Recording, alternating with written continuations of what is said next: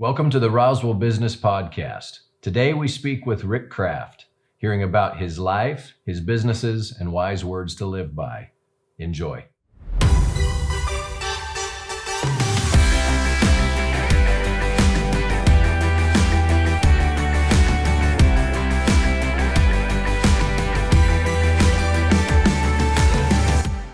Okay, so Rick, tell us about you.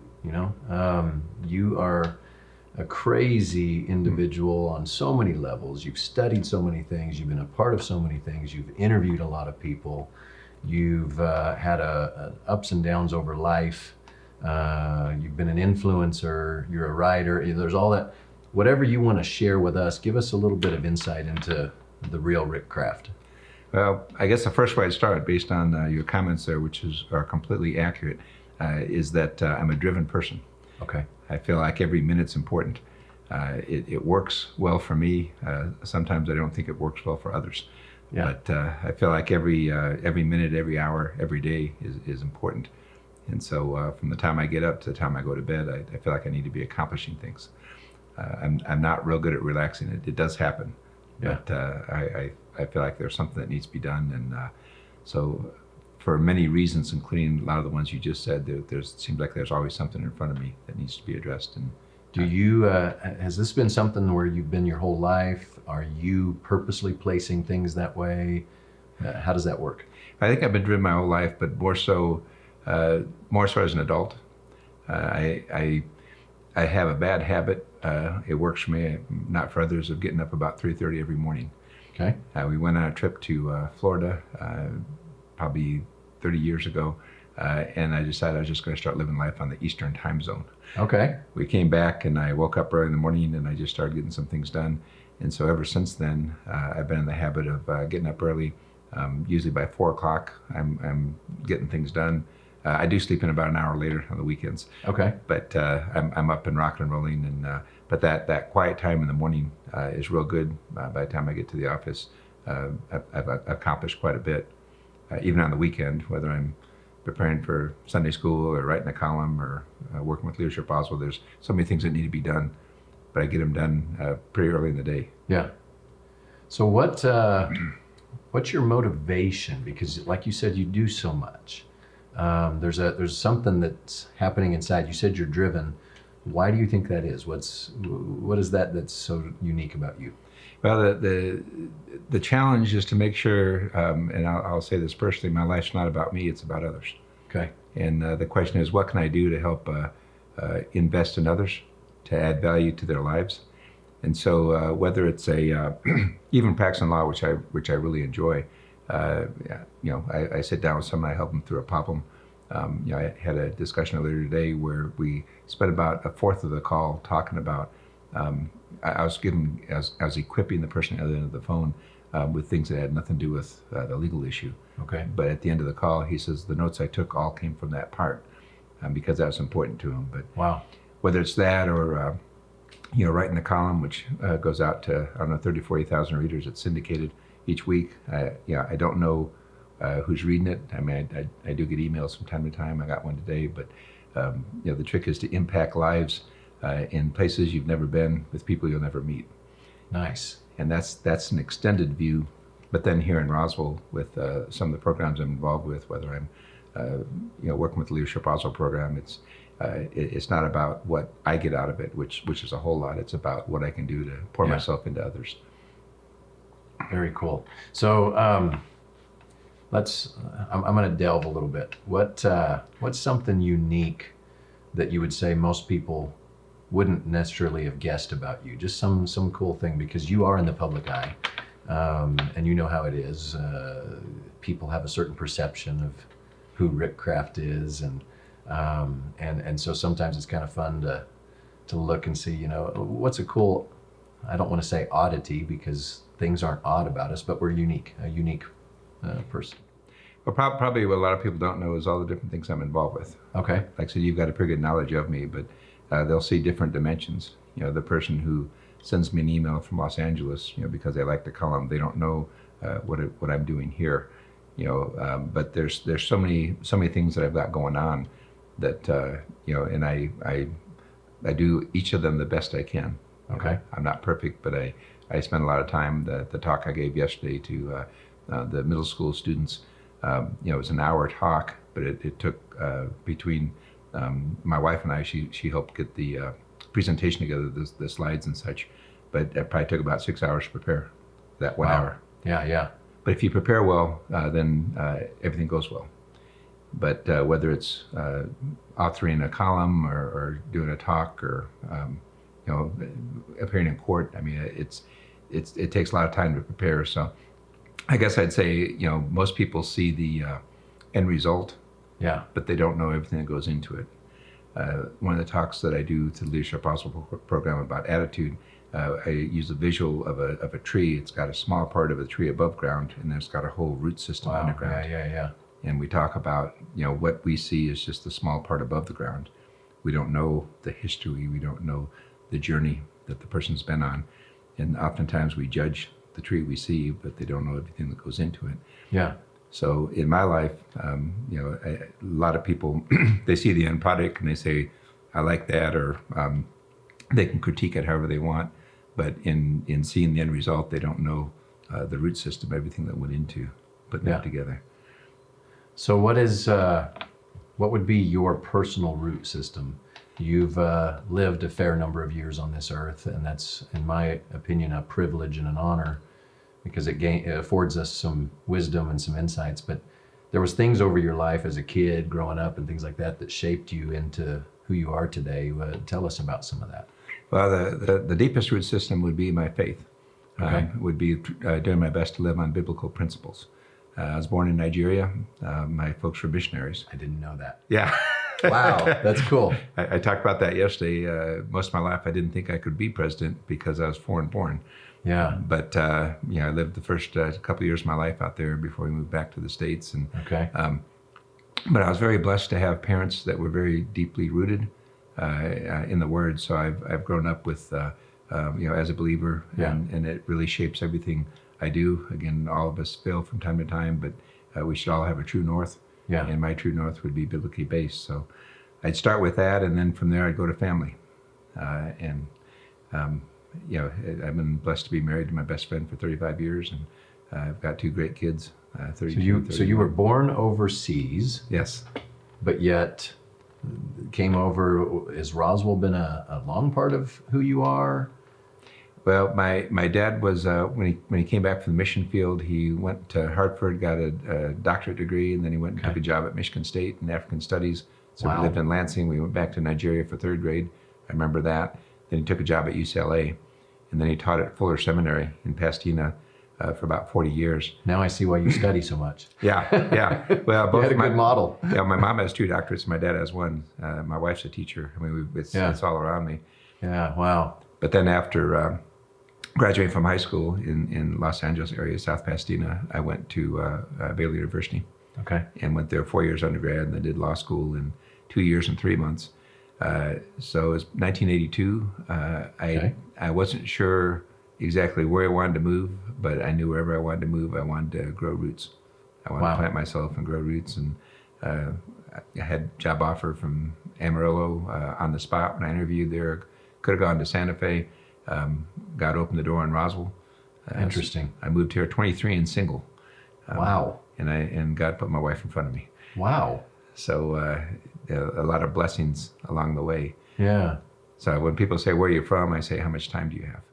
Yeah. That's a quick rendition. But so Roswell's been home for 37 years. Wow.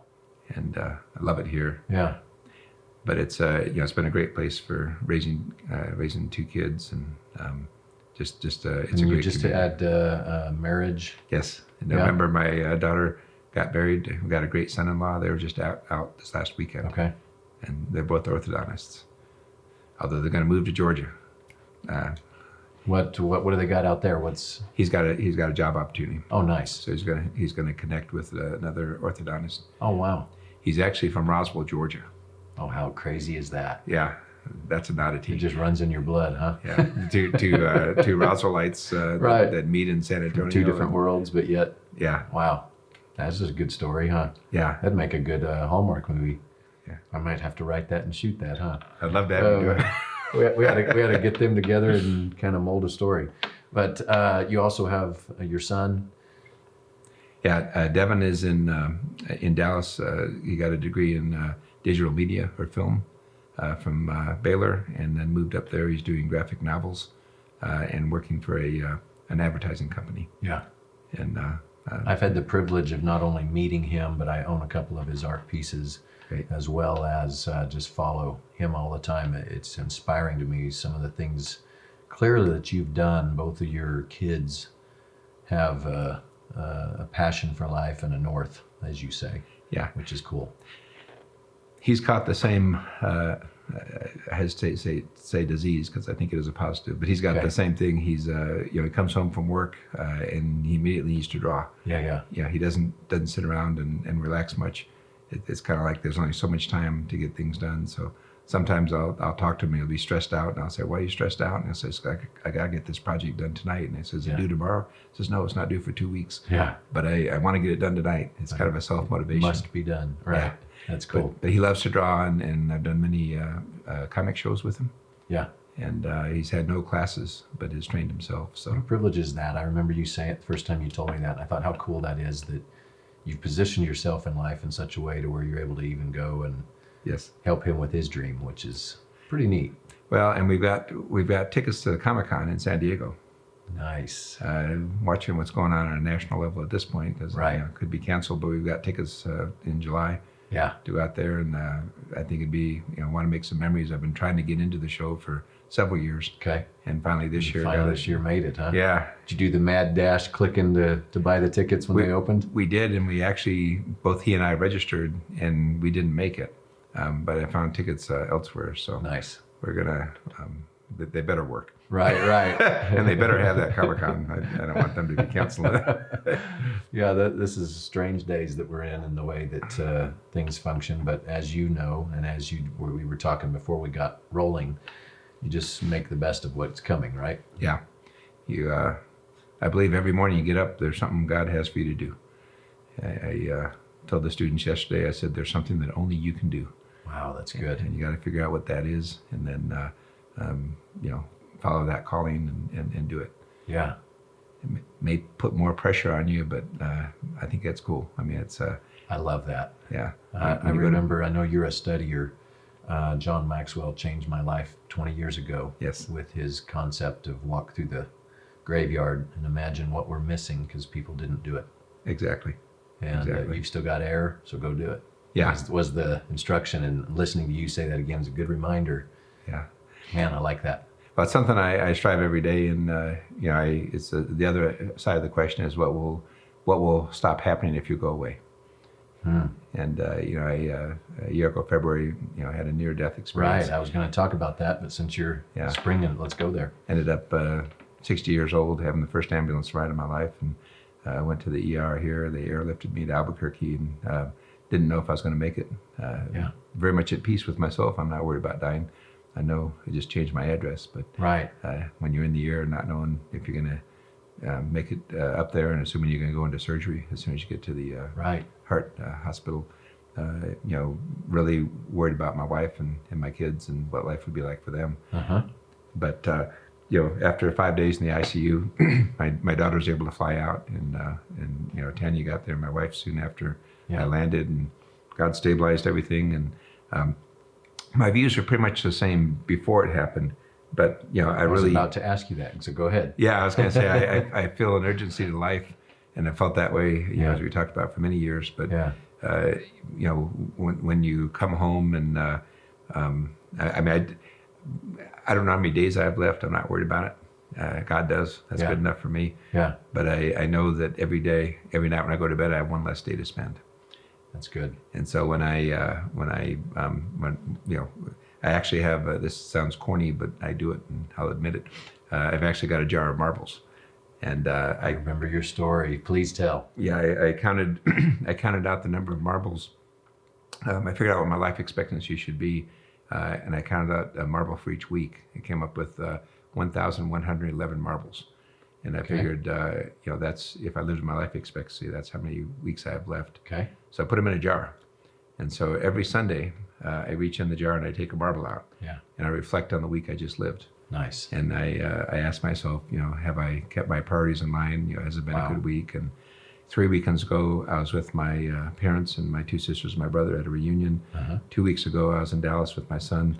This past weekend, my daughter was with me. So pulling the marbles out each of these weeks, they're precious weeks. Nice. That are irreplaceable. And I threw them away knowing, that I'd spent the week very wisely. Yeah. But it kind of reminds me as the jar goes down, it reminds me, that my number of weeks are limited. Right.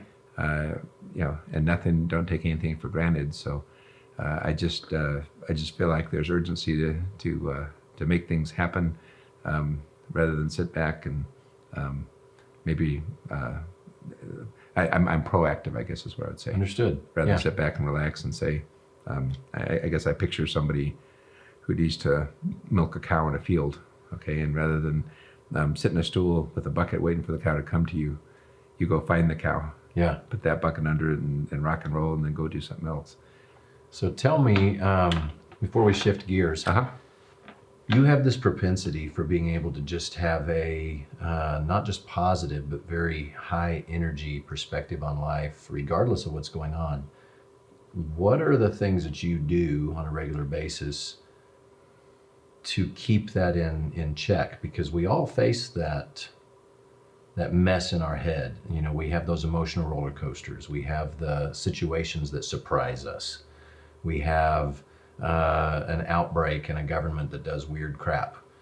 We have a media that's swinging all over that can really shift our focus in the wrong places. And then we just have those days that we wake up and it's just like, I don't want to do anything at all. Yeah. What have you found that has been keys and tools that you're using that have really given you that edge? Well, the way you started the question, I think it's hereditary as far as all my energy. Okay. There's no magic pill I take, but I just, my parents had twins ahead of me 3 years. They said, back then my name was Ricky. Okay. They said, you as Ricky were more of a challenge than your older brother and sister together. Wow. So wow. I think some of that's hereditary as far as the energy. But I think the main thing is focus, excuse me, I've never walked on a tightrope wire, but I've seen people on TV and such. You don't think about what's going on below you. Your task is to put one foot in front of the other and go to the other side. Yeah. And so to me, I think there's a lot of distractions. Yeah. Whether it's in the office, whether it's at home, I'm not a drama guy. God bless those that are, but I just don't like drama. And so I think quite often we get knocked off the rope or we get knocked sideways because we're off chasing squirrels. Wow. And even today I got a case settled just before I came over here, and we got down to just minute difference. And I just said to the other attorney, if this case goes to court on that minute difference, we're doing something wrong, and we figured out how to bridge it. But wow. I think too often we get distracted. Okay. And if my goal is to put on the best program for the leadership Roswell students, or if my goal is to sell the case the best I can in the courtroom, or do a good job at teaching in Sunday school, that's the task, and I just need to focus on it and not get busy going left and right and get distracted. Yeah. So what would you say, let's say we've got somebody that struggles on a big way because they didn't have the history that you have, or the mentors like your parents were, or all that, and they've gravitated to that natural negative phase in their day. What would you give them? Well, this is really corny. Okay. Yeah.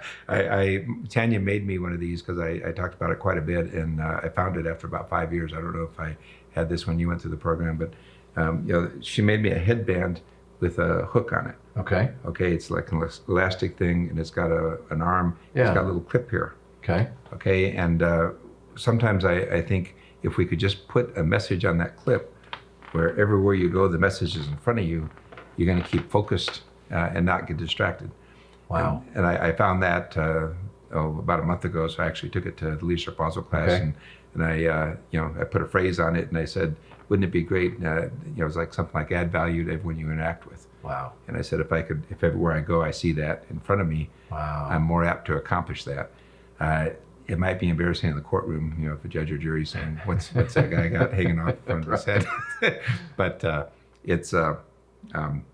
but I think it's kind of a focus, and God made us all different, and we all have different gift sets. Yeah. And so it's fresh in my mind because I talked about this to the students yesterday. The trick is to find what that gift set is. If I say my goal is to be just like Donovan, I can't do it. If you say your goal is to be just like Rick, you can't do it. Yeah. There's things that you have gift sets that I'll never have, and vice versa. So I think the trick is to figure out what your gift set is, be able to pursue that. We need to all push ourselves outside our comfort zones. Okay. Because too often it's safe. Yeah. Yesterday I'm not used to talking to high school kids, or in this case middle school kids. I was kind of nervous because that's not something I'm used to doing. I think it went real well, but to push myself, into that arena. But I think a lot of it is just kind of focus. The other problem I think we have a whole lot is we get robbed of today by something that's happened in the past. Oh, and wow. and I do this a lot in my life. I had two people I talked to today, and I said, just drive a stake in the ground and go forward. And I talk that's about good. I talk about forgiveness. I mean, we just gotta, it's so easy, especially in a close relationship, to reach into the past, grab something, and use the club. Yeah. You might win the battle, you're going to lose the relationship. Wow. And so I think it's important to put that in a box, nail, close it, get rid of it. Yeah. And just say, we're not going to go there again. I fumbled, so have you. Let's forgive each other and go forward. So I'm real big on that because it's I think a lot of times things depress us, from things that have happened in the past. And I do a talk on basically on how to live life and overcome failure, because we've all been there before. Right. And it's okay to fail. If you want to mope around or something, do it for 8 hours, if you must, for 24 hours.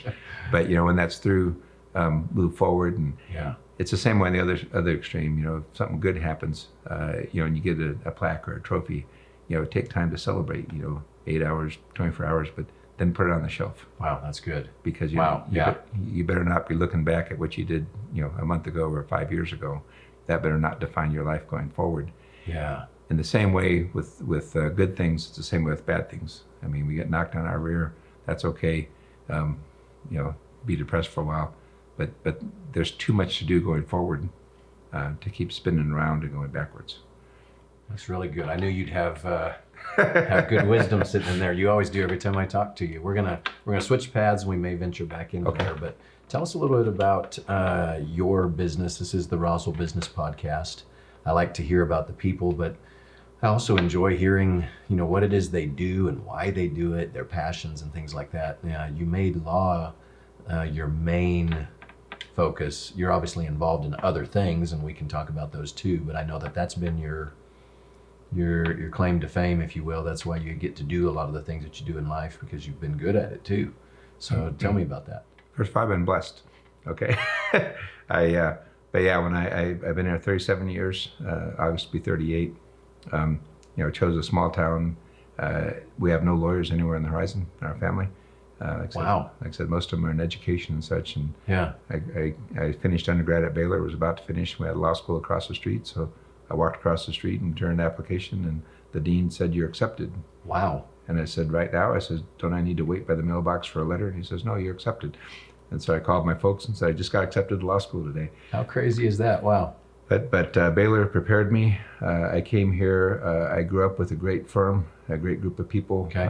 I could keep my faith in the practice, and spent 15 years there. And God was equipping me and preparing me. And then I've been on my own for the last 22 years.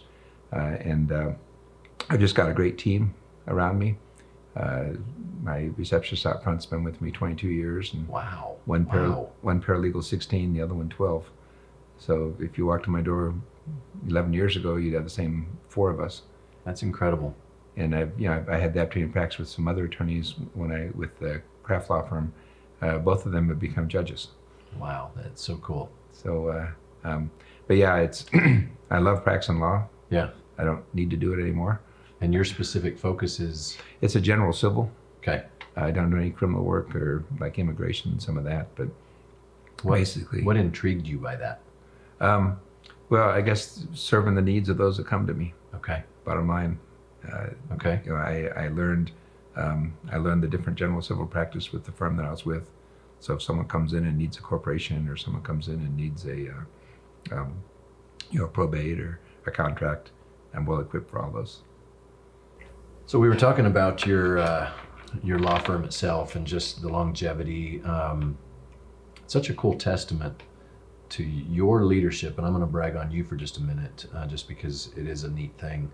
Not a lot of companies can say that they have kept the same people. That means that you've not only invested in them, but you've helped them prosper at the same time, or else they would have looked for something different. Did you know how to do that going into that? Was that something you stumbled into or was mentored into? How did you get to that place to have that kind of wisdom in business? Well, I think so much of any organization or business is who you hire. Okay. And that's going to drive the business. And I just been blessed to choose good people, and then we've just come to lean on each other. Okay. I lean very heavily on them. If the three of them walked in today and said, "Hey, we've had enough, we're ready to retire," I think I would too. And yeah, I say that kind of tongue in cheek, but to be able to have such longevity. Yeah. All four of us are far from perfect. We all have our quirks, but we know what they are. We come alongside each other, and we understand the focus of what we're about, and that's to serve the person who walks through the door or the person on the phone. Okay. And so we don't need to be like I said, we have virtually no drama. And nice. So imagine that in a law office, no drama. Yeah, I mean, something happens, I don't know. But that's not what it looks like on TV when we watch the law shows. Yeah, that doesn't sell commercials. Right. But it's, but I don't know. I just was real blessed with the people I hire. I've worked on training them, and they're self-motivated, and I have had people that I've gone, like I said, 37 years of doing this, but since I started this firm 22 years ago. Like I said, one of them's been with me from the first year we started. Yeah. And then you treat them well. I mean, I'm a real positive type guy. I look for opportunities to tell them good job. Okay.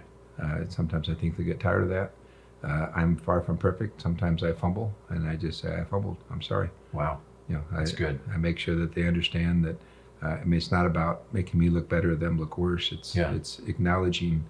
That I mean, today there's a file I need to see, and I had my paralegal bring it to me, and I looked at it and I said, it's my fault that I haven't picked this up in the last couple of weeks. Yeah. It wasn't yours, because she was apologizing. Yeah. But I wanted her to know, we're all together, and if it's on my shoulders, I will acknowledge that, and then try to praise often. Yeah. Anytime you can find something to praise for.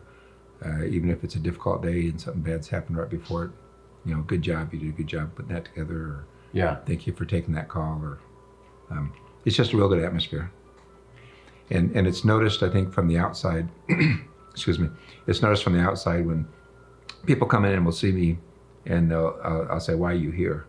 Because I never know, and they'll say, "Well, the lady up front was so kind when she took the call." Yeah. And one time I asked a guy, I says, "Would you like some water?" And he looked at me and says, "For the third time, no." Yeah. We got it. Yeah. I figured if you can offer me twice before you get back to my right. office, then we're very hospitable. So yeah. But I think sorry for the interruption there. There was it sounded like an ice cream truck driving by or something. So if the people listening, that wasn't intentional, but yes, it's that time of year again. We can go get an ice cream cone. Yeah. So go ahead. Yeah. Well, it's an atmosphere. And I think every company, every business has an atmosphere.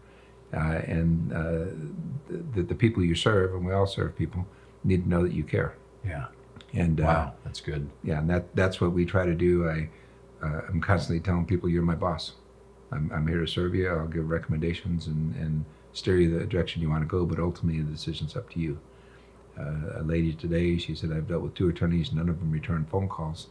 She said, "You're the first one who's ever returned phone calls." My goodness. And I said, "Well, I don't know how to do it any differently." And, yeah. But it's to me, every time someone calls, it's important. Yeah. And so it's all about relationships and communication. And so, my staff, I get so many compliments on them, and we just all move the right direction, and we don't waste a lot of time pointing at each other. Wow, that's good. So we've talked a lot of heavy stuff. Is there any? I mean, you've done several decades of law. There had to have been at least one or two interesting stories that you could tell that don't get you into trouble divulging some of the craziness. Well, I probably could write. I mean, you were talking about on TV, the drama in law offices and stuff. I probably could come up with 2 episodes, of TV over all those years, because it's not realistic, that. But I've had I've had many different experiences. I've had people.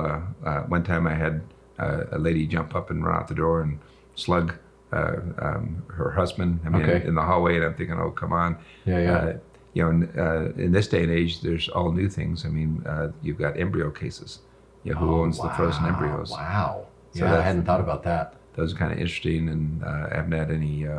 I mean, I do a fair amount of family law. Yeah. So I've seen all sorts of different things in that arena.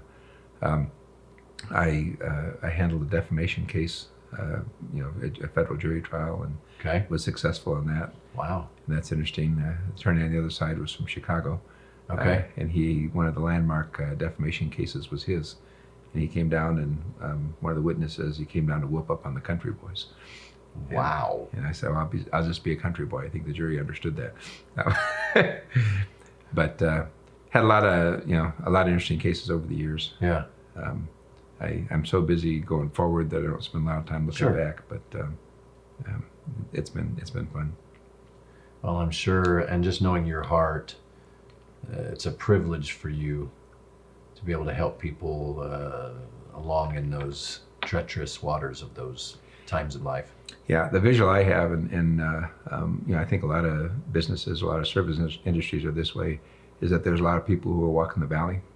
And what I do is I come along beside them, put my arm on their shoulder, and say, hey, I know you're, it's the lowest point of the valley, but we're going to get you to the other side. Yeah. And then walk with them. That's cool. And, the trick for anyone is to not stop and just look at the ground and play woe is me. Mm-hmm. And so you just got to kind of remember there's a mountain ahead. Yeah.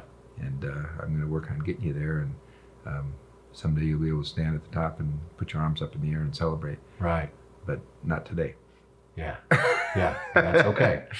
And I'll be with you for a bit. That's cool. And most lawsuits, I took a course in mediation, 40-hour course. And one of the things they told us at the front end was 95% of all disputes are with people who know each other ahead of time. Interesting. I mean, if it's a car accident, you don't. But most issues that we handle in the legal world, there's some relationship. It may be two business partners. It may be husband wife. It may be someone died in a probate. But you've got all sorts of stuff that we're back to the tree above the ground and all the roots. Uh-huh. You got all these root issues, and a lot of times you just got to figure out what's the motivation here. Yeah. It's not so much about what's on the surface. So you're working with relationships, and you're trying to reset their focus, and you never know. And you don't know what's in the wings of what you do. Okay. You try to, I was talking to the kids about this yesterday, but I one of the columns I did, I talked about how one of my brother's friends named Gary is why I'm able to be in the Roswell community and make an impact. And I go through a long thing. I'll condense it down. But Gary moved to Waco because he didn't get accepted at USC. My brother decided to move with them. My brother said, I'm going to school in Waco. I'd never been to Texas. He said, why don't you come with me? That brought me to Texas. Once I'm in Texas, I come out of Baylor. I got a firm from Roswell that came down and interviewed me and offered me a job. I came to Roswell. Because of that, God put my wife in front of me. I met her, 35 years later. I love her more today than I ever have. Yeah. And then this firm that I started with, I just go kind of on and on. But you never know. Anything you say, anything you do may move someone 1 degree, or 2 degrees, and they'll end up somewhere completely different than where they would have. And you and I will never know. I like that. Yeah, we'll never know when we're touching life that way. We just do the best we can. The rest of it's up to God, but it's, I mean, there aren't coincidences. That's good. That's really good. So if I can, like this person I talked to today, I gave him some tools to help him with the situation he was in. I have no idea. I mean, I'll talk to him again at some point, but it may be that between this relational thing and extended family, that somewhere down the road, something great will happen. Yeah. Because of a phone call. Wow. Isn't that crazy? Wow. That's cool. Yeah. You just don't know what's in the wings. You just don't Right. know what where things may go. And so we do the best we can. So let's transition into the third part of our normal talks. Might be a young person that's just looking to get out into the business world, start their dreams, pursue something, whatever. Might be someone that's seasoned, but just looking to continually rise their game. What are a couple of things that you would say have just been paramount in your life that you learned and has helped you be on the path to your definition of success? I guess I'd come up with two things. The first thing is it's not about you. Okay. One of the things that I'm real big on in the leadership programs I'm involved with is to rise up as high as you can in the organization, but don't make it about you. Yeah. It's not, look what I've done. It's put yourself in a position where you can leverage that to help others. Wow. And that's a big deal to me. And so, I just ran for president, and that's an awkward thing. And I was talking about that yesterday too, is that it's hard to try to go into a political office and explain to people it's not about me. Yeah. Right? Right. And so I had questions yesterday about what would you do and all that. And that kind of leads into the second concept. And that's really surround yourself with good people. Okay. I got asked that question, what's the first thing you do? I'd say I'd find a good team. Yeah. Because I'm not necessarily the smartest guy in the room. Yeah. But if I can choose smart people and put them in lanes and slots around me that know what they're doing, then the organization, whatever I'm leading, Yeah. is going to be better and more effective. Very nice. You're always so articulate, and you always have it lined out and ready to go. That's what I love. I aspire to do that better and better every day, because that's a gift and that you have. Let's talk on Roswell itself. You've been here for several decades now. 37, yeah. So almost 4 Years. decades. Uh-huh.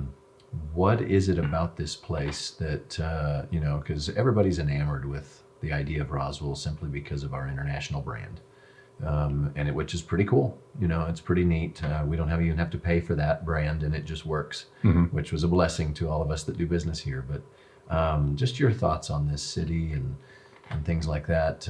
Everybody's interested to know, that they're intrigued by us. Well, it's the people, and that comes back to relationships. I love it. I was having this conversation earlier this week. I love practicing law.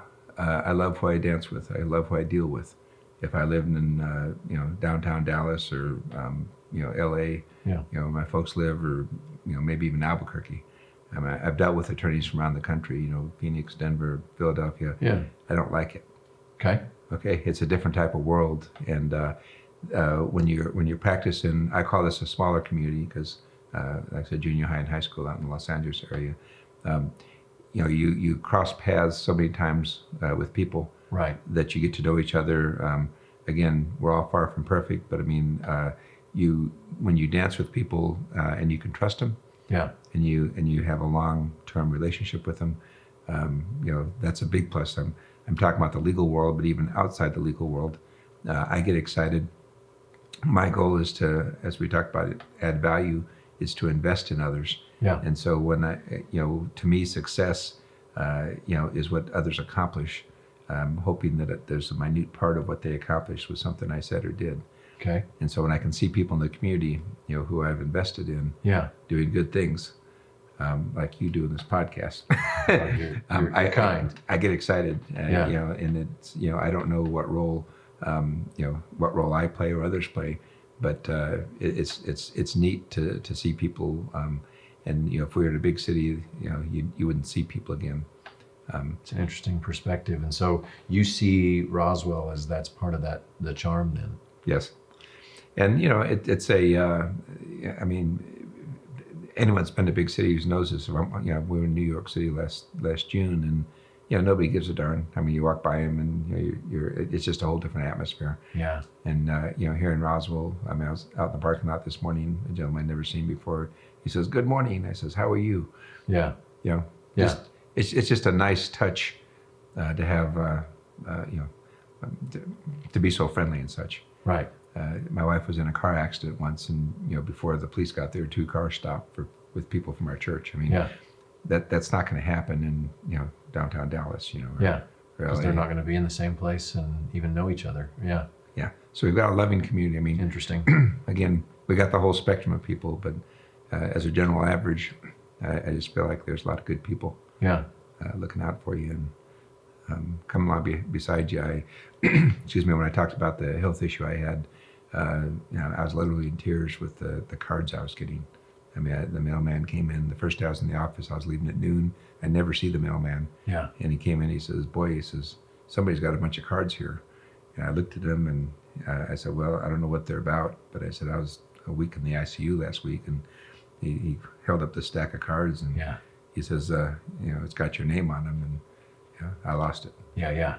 But that's not going to happen in a big city. Yeah. You've got people looking out for you, people that really care, people that lift you up in prayer, and that's what's neat about our community. I remember that. That was a pretty amazing time period, and because I'm fortunate enough to be connected to your family on social media too, I was able to even eagle eye a lot of that process, and it was just magical. Yeah. It was really fun to see. I hate what you went through to get to that, but what a cool thing because of it. Yeah. That's just neat. Well, and I do notes. I mean, I've done a note a day. I was up to 6,900 consecutive days when I had my ICU visit. So for 6 days, my string broke after 19 years. But I think there's 130 or so I have in one folder. Yeah. And my daughter says, "Dad, that's what bridged the gap until I could start again." Right. I'm up to a year. Other people did the notes for you during that time. Yeah. Yeah. and they're all sincere. I mean, they're people that really care. And, wow. So I think in the down times, you appreciate those that come along beside you more. Yeah. When you're up in the mountaintop, dancing around, life is good. It really doesn't matter. But when something bad happens and people come, that's when you really appreciate and recognize. That brings it full circle. All of that investment that you've been doing over the years, like you said, a little bit here, a little bit in your moment of need, it came right back around, huh? Yeah. Not because I deserve it, or not because I wanted it, but it's just people that appreciate you. Yeah. I mean, one of the cards came from Alvin Jones. Okay. And who passed away suddenly. And about a month after he passed, I talked to the Alumni Association, their annual dinner, and I was able to honor him. And the fact that he wrote a note to me, I mean, that lives on after he's gone. Right.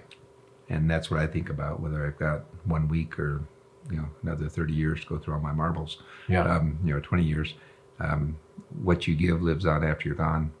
That's good. And what I receive will die with me. So, wow, that's really good. If I can invest in others, when I'm gone, hopefully, those little bits will make a difference in the others' lives. Wow, I love that. Okay, we're getting towards the very tail end of this episode. I struggled with where I would go in talking with you. I knew that you didn't have any shortage of words because you have such great study, great material and everything, but that always poses the issue of where do we go. So I like to give everybody a few minutes at the end when you got the invite from me, and there's always things that enter your mind of yourself of, ooh, I'd love to talk about this, or love. If any of those we didn't talk about, or maybe there was something else that came to mind today, this is free time. Well, I guess something that's fresh in my mind, and I'm sorry I keep going back to this middle school talk, but I looked into 130 students' eyes yesterday, and I asked them, I said, when's the last time you did something for the first time? And, to really push yourself outside your comfort zone and to really challenge yourself to use your gift set, you've got to constantly be thinking of things that I mean, we get in a rut. I mean, we drive to work the same way. Yeah. We get up at the same time. We have the same number of cups of coffee. We we just get in a rut. Mm-hmm. I love orange cones because they cause you to go to do something different. Yeah. And Good. sometimes, Interesting point. Yeah, sometimes I think we should just go put orange cones in the middle of the road or somewhere so you stop and do something different. But in my world, the idea of putting my name on a ballot for president, it's a crazy idea. Yeah. But it's something to do, and I learned a whole lot from it. And you did it. I did it. Yeah, exactly. Yeah, I was blessed with 119 votes for people I never met. Yeah. I didn't shake a hand, didn't do any media or anything, and that's a tribute to our community too, because through social media I was asking people to reach out up there, and I did my own website and stuff. But right. That'll be something I have the rest of my life. Is to look back at 2020 and say I tried something new, and I did the best I could in that. And I think I don't know what God has ahead for me. I mean, but I think too often we get too complacent, and we don't. I talked yesterday about dreams. With these kids, what's your dream? You can do it. Yeah. And I think too often we get wrapped up in fear of failure. Wow. We That's think, good. If I step out and fail, I love people that run for office. I celebrate them. I don't care if they lose. Yeah. But they're willing to step out and say, and I, I love people that aren't afraid to fail. Wow. Worst case, you fail, and then you fail forward. Yeah. Yeah. So I don't know. I guess that's been on my mind recently. Is basically trying to look for new things to do, and do things for the first time. Yeah. Even if I fail, who cares? Love that. Well, this is why I wanted to have you on the podcast. Every time I come across you, there's always something, a nugget of truth that just sticks in my mind. And I know that we covered a bunch of those today, and I appreciate it. Tell us, how can people observe you, interact with you, connect with you? Is it through your office? Is it best through a phone at your office, or an email, or a social media, or what? How do people follow up so that they can explore further? I know you have a column in the newspaper. Tell us about all that. Well, again, trying to touch as many lives as possible. If somebody out there wants to understand more of my philosophies. Yeah. I'm far from perfect, but this is Rick, and this is my experience through the years. The Leadership Roswell program is one way to do it. If they haven't gone through, that's a 9-month program sponsored by the Roswell Chamber, and we take applications in June and July. Okay. So if they want to do that, they can. And that's every year, correct? Every year. Yeah. I've done it 29 years, and the student before that, so 30. The columns, which are syndicated, but they're in the Roswell Daily Record each Sunday. Okay. And that's a reaching out. As far as me as a person, if somebody, I'm real big on mentoring, and investing in others. Again, I've got time constraints, but if somebody feels like there's something I can do to help them, they can give me a call. Okay. I focus pretty much at work. You could talk to any one of my staff that, like I said, have been with me forever. I walk into work like Michael Jordan steps onto the basketball floor. Okay. Right? I mean, you're there. You're gonna do everything you can. Then you can get off the floor. Time to win the game and get home. Yeah. And nice. so I'm pretty focused. I don't slow down a whole lot. And so sometimes I'll go do lunches. If somebody has something and they want to get into a deep conversation, I feel like lunches belong to me more so than my clients. Yeah. And so sometimes I'll say, let's just go grab a bite together. I kind of treasure my evenings and my weekends as family time. But yeah, I mean, I'm glad to help out and give ideas and stuff. But those are ways that a lot of people, I feel like, to be able to reach as many people as possible. How they can connect with you directly. Yeah. And I'll just go ahead and say it for anybody listening. If you're connecting with him for mentoring, pay the man. We see so much of that all the time. I've learned over the years, if you want something valuable from someone, put something valuable in. And usually it's going to be money, and that's important because it makes it worth their time and yours, because what you pay for, you value more.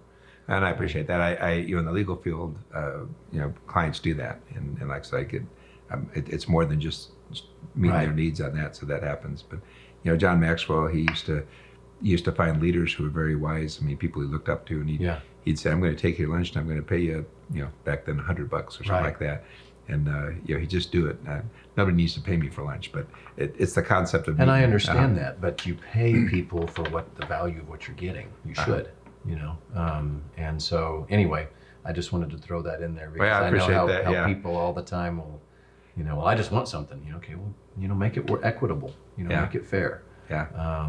But I know you're approachable. I know you're reachable. I appreciate that about you. It's an honor to have you on the podcast, especially during the formative days of getting this up and running and early in the series. And so thankful for who you are and what you do in our community, and appreciate your time today. Well, I'm back at you. I'm honored to be sitting here and dialoguing with you. And yeah, you're amazing to me. All the different things that you do, and you got to sit over here and answer these questions yourself. I appreciate all you do for the community, all the people you serve, and Roswell is a much better place because of you. Thank you. It's kind words. I appreciate that. It takes a team effort, but I'm glad you're here, and I'm excited about this podcast, and this is a small part of much bigger things that you're doing. Wonderful. Thank you. You're welcome. Thank you. If you like today's program, subscribe to the format you are on, whether it be YouTube or a podcast channel. If you'd like to connect with me, go to donovanfulkerson.com. It has details about myself, our companies, and how to connect. If you're following our social media, my personal pages, well, it's just that. It has a lot of personal things, including spiritual content and details that I find interesting to me. Our social accounts for our businesses, obviously, is that. There will be products and day-to-day activities and things that relate to those specific companies. Thank you for connecting. Please share and get the word out. We'll see you next time.